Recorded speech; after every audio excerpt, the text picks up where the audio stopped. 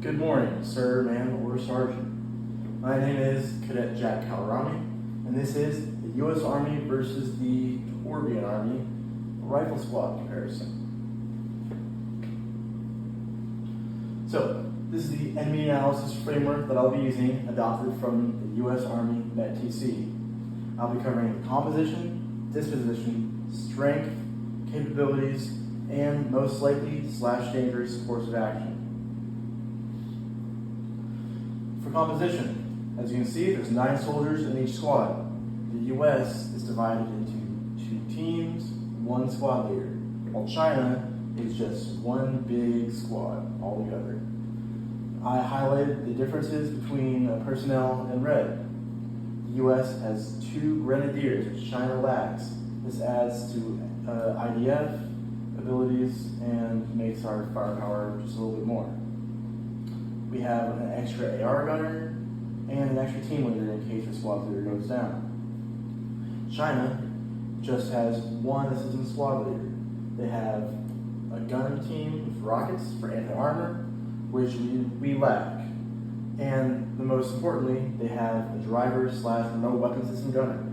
The driver drives the truck, and the remote weapon system is on top of the truck. So they do have that advantage.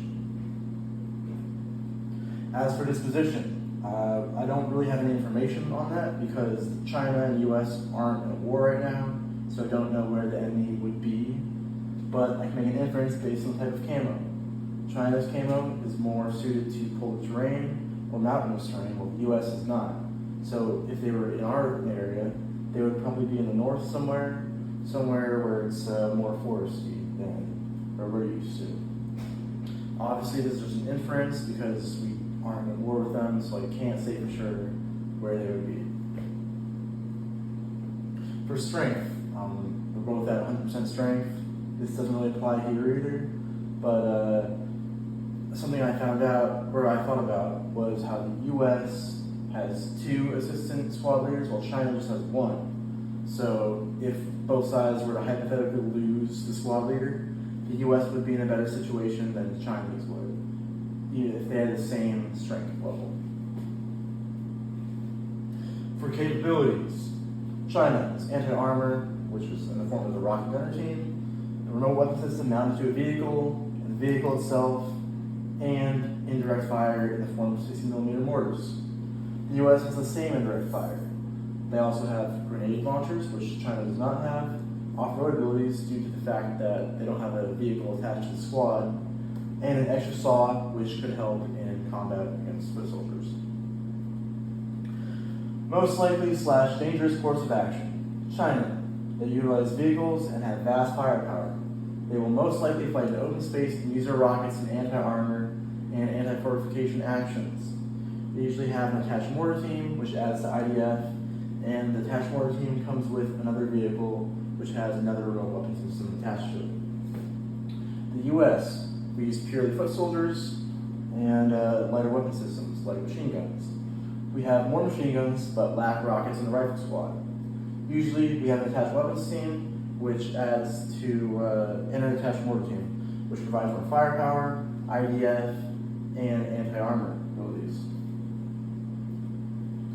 As for Chinese weaknesses, they are over-reliant on vehicles. Chinese rifle squad relies on vehicles for transportation in a significant proportion of their firepower. They have heavy equipment and must use vehicles to carry the equipment around. This means that they are faster in open terrain when the vehicles can drive on roads, but they are restricted in off-road terrain because the vehicle can't go up mountains and such. We can exploit this by ambushing them in off-road terrain so they cannot use their mechanized advantage. It will be much easier for us to ambush them with surprise than vice versa because we can pop out of the wood line, they cannot.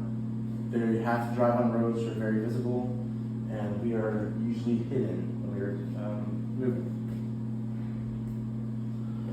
Overuse of anti-armor. Chinese rifle squad uses multiple anti-armor rockets, which are no good against foot soldiers. They're good against fortifications and tanks and vehicles, but against foot soldiers, they're all but useless. We can exploit this by using foot soldiers as opposed to vehicles against the Chinese. Their rifle squads in combat. They have more rockets, but we have more machine guns, which would be more effective in a fight. Because of that, the winner is the U.S.